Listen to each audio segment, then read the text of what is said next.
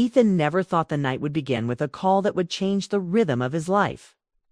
He was sitting in his small Seattle apartment, half listening to the rain tapping against the window, when his phone lit up with a number he hadn't seen in years. It was Aunt Claire. He hesitated before answering. "Ethan." Her voice came through warm, familiar, yet strangely fragile. "It's been too long." Before he could respond, another voice slipped onto the line. "Aunt Margaret." Calm, steady, with that tone that always carried authority.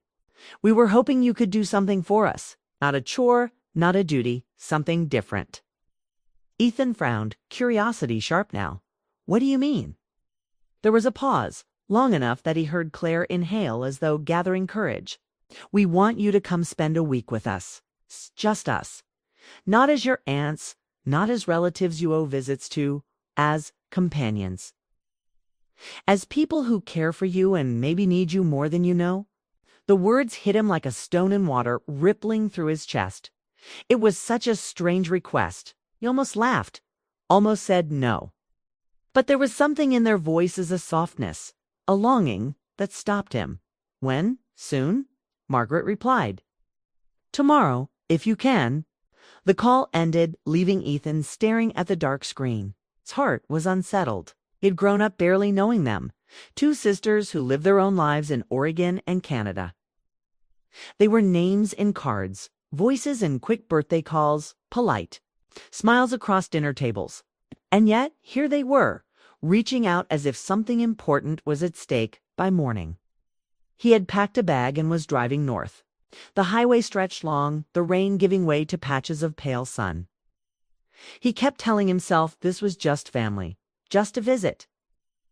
But deep down, a voice whispered that it wasn't. The lakehouse appeared in the afternoon light, hidden among tall pines, its windows glowing amber against the shadows. Claire was waiting at the door, her hair loose, a sweater draped around her shoulders. She rushed to him, hugging him tighter than she ever had before. Her warmth startled him. "You're here," she said, her smile trembling. Margaret appeared behind her, elegant as always, her presence quieter but heavier. She touched his arm, steady, almost grounding. "Come in, Ethan. You must be tired." Inside, the house smelled of lavender candles and fresh bread. The fire in the living room crackled, filling the silence that stretched between them. Claire guided him to the couch, fussing over his coat, pouring tea, her laughter too quick, like she was nervous. Margaret sat across, studying him with thoughtful eyes. As he sipped the tea, Ethan realized how strange it felt. They weren't treating him like a nephew. They weren't asking about his job, his mother, his life. Instead, they leaned in, listening to him, urging him to talk about dreams, regrets, moments of loneliness. And they shared two small confessions about how they felt life had passed too quickly, how the world felt colder as the years pressed on. The more they spoke, the more Ethan felt the room shifting. It wasn't the chatter of family catching up after years apart. It was deeper, more personal, as though invisible walls had been taken down. Claire's eyes lingered too long on him. Margaret's voice lowered whenever she spoke his name. Firelight made the air seem thick, almost intimate at one point. Claire leaned closer, her hand brushing against his as she refilled his cup. The touch jolted him, simple yet too warm, too careful to be accidental. Margaret caught the moment, her lips pressing into a knowing line, though she said nothing. Ethan excused himself after dinner, retreating to the guest room. He closed the door, leaning back against it, his heart racing.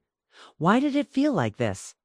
Why did it feel as though he had walked into something unspoken, something fragile and dangerous? He lay in bed, staring at the ceiling, remembering the way Claire's laughter carried a hidden ache, the way Margaret's eyes never left his face, the way they had both looked at him as though expecting something. It was only the first night, and already he felt as if the ground beneath him was shifting. Their invitation had sounded simple over the phone. But now he understood there was more, something neither of them had said out loud yet. He turned off the lamp. The room falling into darkness. Outside, the lake shimmered under the moonlight. and the house settled into silence. But Ethan couldn't sleep, because somewhere deep inside, he already knew this week would not be ordinary. This was only the beginning. Asterisk. The second night in the lake house began with firelight and silence. Ethan sat on the couch, a glass of wine in his hand, trying to steady himself. The room was warm, the kind of warmth that made thoughts run slower, but his heart was moving too fast. Claire sat on the rug near the fireplace, her knees tucked. Under her, her eyes sparkling with mischief. Margaret sat across from him, calm as ever, her back straight, her gaze steady, watching everything. It didn't feel like family. It didn't feel like duty. It felt like something else. Claire broke. The silence first. Do you remember the last time we saw you? You were 16. You barely spoke a word to us then.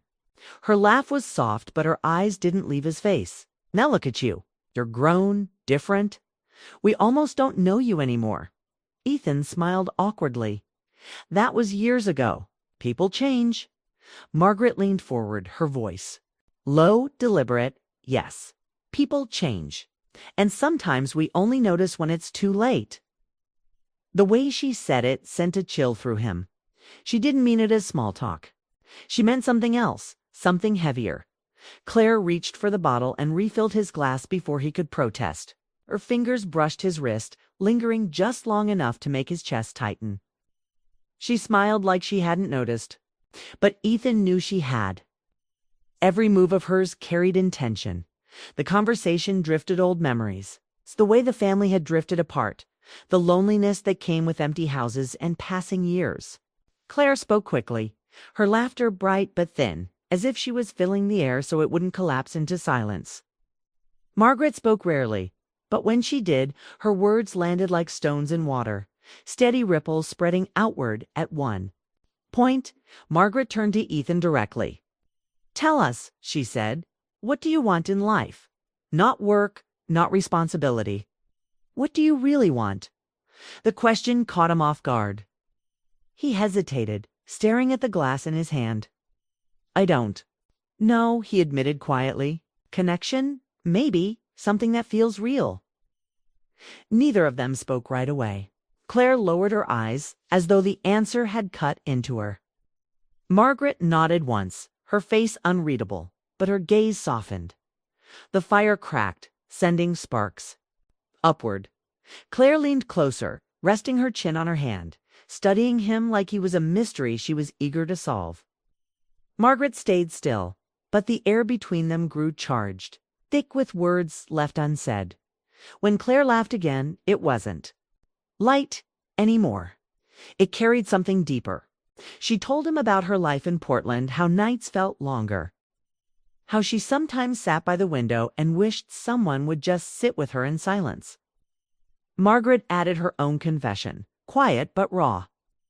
She admitted that sometimes she felt invisible, that people only saw her strength but never her loneliness. Ethan listened, his chest tightening with each word.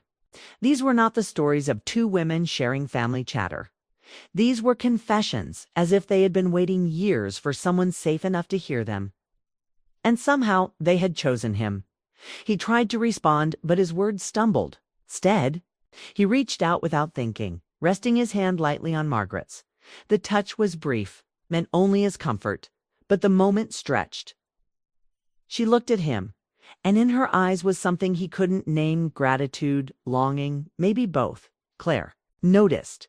She tilted her head, her smile faint, almost sad, but she said nothing. The night grew later. Claire curled on the couch beside him, her shoulder pressing against his, the closeness casual yet deliberate. Margaret remained across, her silence heavier now, her eyes watching every shift, every breath. Ethan's thoughts tangled. He should have felt out of place, uncomfortable. Instead, he felt drawn in, caught between them. The warmth of Claire against his side, the steadiness of Margaret's gaze, it was too much and not enough at the same time.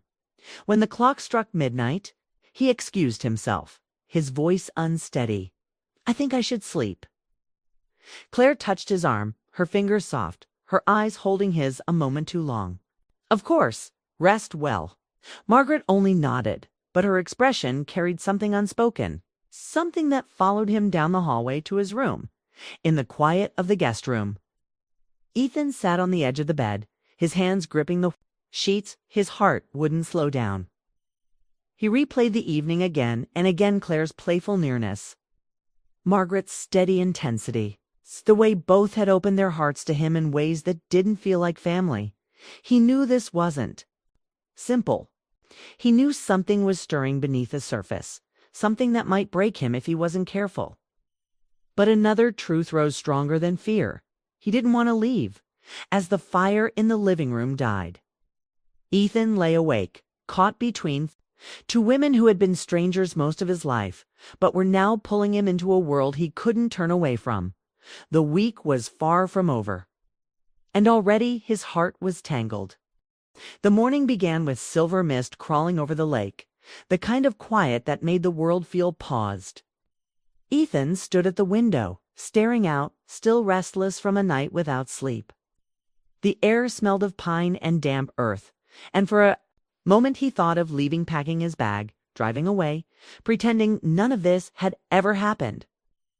But before the thought could settle, Claire knocked softly and stepped inside without waiting. "You're awake," she said with a smile. That looked almost too bright. She wore a thick sweater, her hair loose around her shoulders. "Come with us. We're going for a walk." Margaret was already waiting outside, her coat buttoned, her hands in her pockets. She looked different in the morning light, calmer, softer, her sharpness from the night before replaced with something quiet, almost vulnerable. Without a word, the three of them began down the narrow path that curved along the lake's edge. The water was glassy, holding the reflection of pines and the pale sky. Birds cut across the silence now and then, but mostly it was just their footsteps crunching against the damp ground. Ethan walked between them, Claire linking her arm through his as though it was the most natural thing in the world. Her warmth against him was steady, and every now and then she leaned her head against his shoulder. A gesture both affectionate and too close. He tried not to look at Margaret, but he could feel her watching. Her steps were slower, her presence heavy behind them, like she carried thoughts too large to say out loud. It was Claire who broke the silence. "You know what's funny? When we were younger, Margaret and I used to dream about moments like this.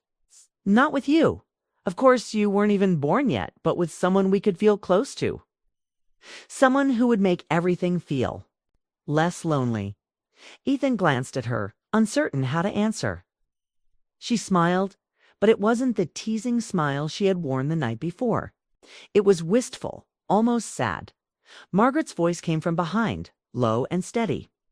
"That's why we asked you here, Ethan. We didn't want another holiday where everyone smiles at the table and then disappears. We wanted something real, someone to share the silence with, someone who listens." Ethan slowed his steps, his heart beating fast. He felt Claire's grip on his arm tighten slightly, as if she was afraid he would pull away. "I don't know what you mean," he said, though. Part of him knew exactly what they meant. Claire stopped walking and turned toward him. The mist wrapped around them, the world suddenly small and private. Her eyes searched his, wide and bright, almost pleading. "We mean this. You, us, together, without pretending to be something we're not." The words hit him hard, and before he could respond, Margaret stepped closer. She didn't touch him, but her nearness was enough. Her gaze was steady, her voice soft. "We don't want to confuse you, don't want to hurt you. But we've both lived long enough to know that what matters isn't what others expect. It's what makes the heart beat." Ethan's throat tightened. His chest felt heavy, like he was carrying something too big for him. He looked at Claire, then Margaret, and the weight of their eyes made it impossible to breathe evenly. Claire smiled faintly, though her voice trembled. "Don't you feel it too? This pull between us?" He didn't answer. He couldn't. His silence was an answer of its own. They walked again, slower this time, the air thick with unspoken words.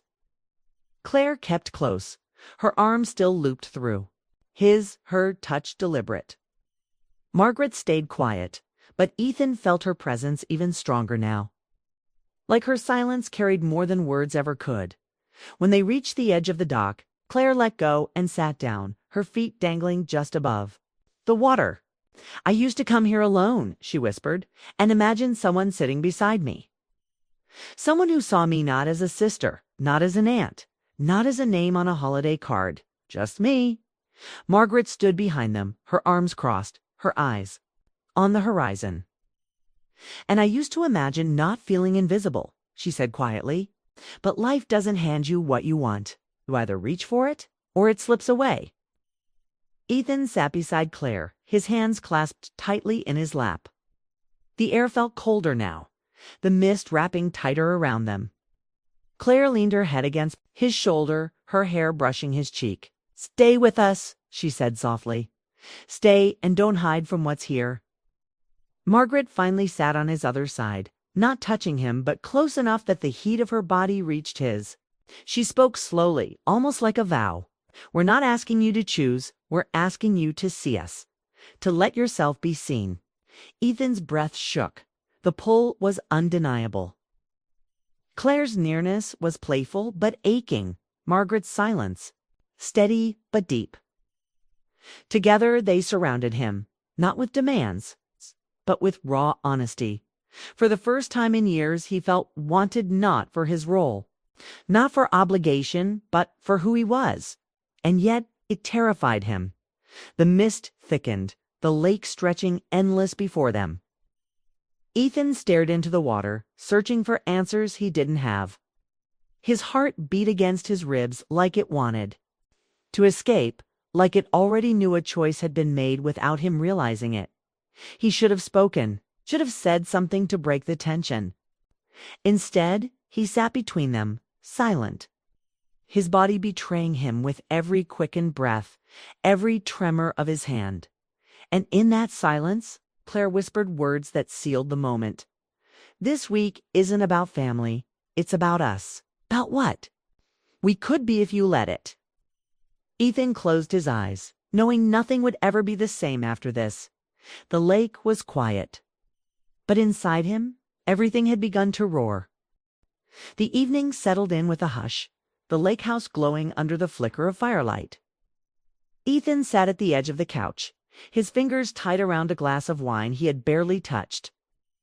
The day's walk haunted him, the mist, Claire's head on his shoulder, Margaret's steady voice. His thoughts tangled in loops, impossible to untie. Claire entered the room first, her laughter soft, carrying a nervous melody.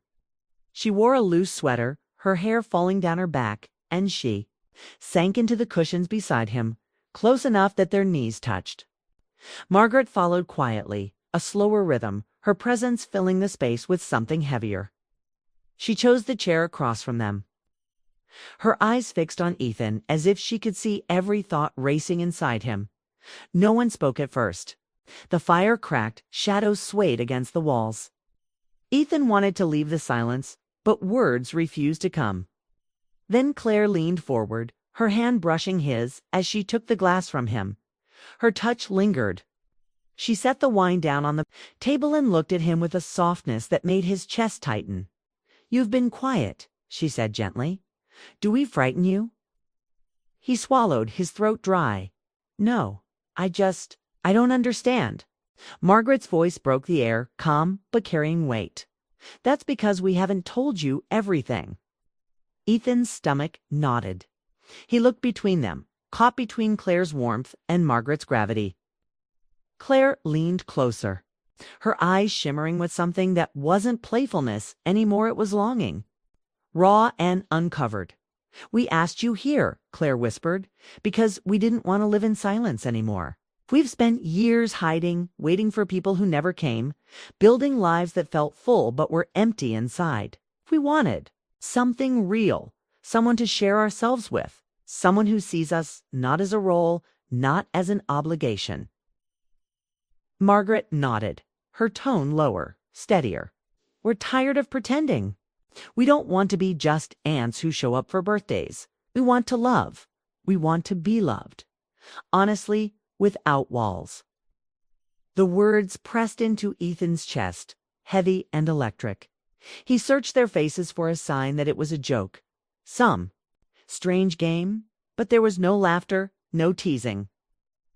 Only open hearts and the weight of truth. Claire touched his hand again, this time holding it. Her fingers were warm, trembling slightly. We're not asking for something you can't give. We're asking you to let this be what it is. To stay with us, not out of duty, but because you feel it too. Ethan's pulse pounded in his ears. He looked at Margaret, needing clarity. She leaned forward, her gaze unwavering. You feel it. Don't deny it. The closeness, the pull between us, it's here. We can all sense it. You're not imagining it, Ethan? He pulled his hand back, standing abruptly, pacing the rug like the ground itself was too unsteady. His words tumbled out in broken pieces. This isn't normal. You're my aunts. I came here thinking it was family, thinking you just wanted company. Claire rose too, stepping toward him. And you gave us company. But Ethan, look at me as this. Feel like family to you. It's the way we talk, the way we sit together, the way you look at us. It's more than that, you know it? Her nearness was unbearable, her honesty sharper than any blade.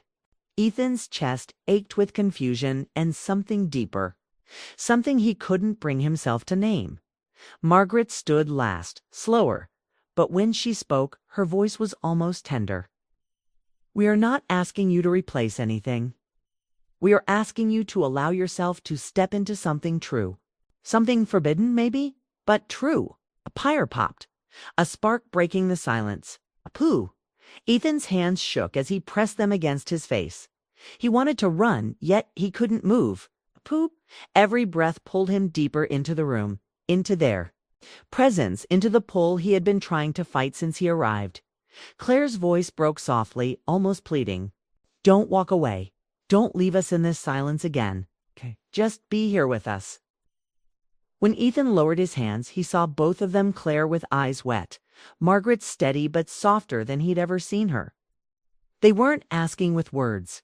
Anymore, their faces told him everything. Slowly, he sat back down, his body trembling. Claire slipped beside him again, her arm brushing his, her touch delicate but firm enough to remind him she was there. Margaret sat closer this time, not across but beside the fire, leaning forward. Her hands clasped as if in prayer. Whatever happens after tonight, Margaret said, her voice hushed but certain. Our lives will not be the same, but maybe. That's what we've needed all along. A change, a truth. Ethan felt the weight of their confession settle over him like a storm. He thought of all the years lost, the distance, the hollow greetings at family tables. And now, in this house, by the lake, everything had been stripped away until only honesty remained. Claire rested her hand lightly on his arm. This is your choice. But if you stay with your heart open, not as our nephew, someone we've chosen, and who chooses us.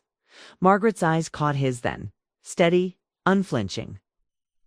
You don't have to answer now, but don't deny what you feel. The fire burned low, shadows swayed, and Ethan's world tilted.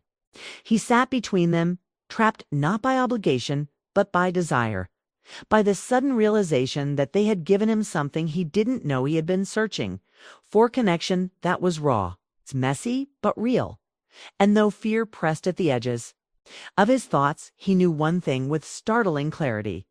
Whatever decision he made next, it would follow him for the rest of his life. The wine shimmered in the glass. The fire hissed softly.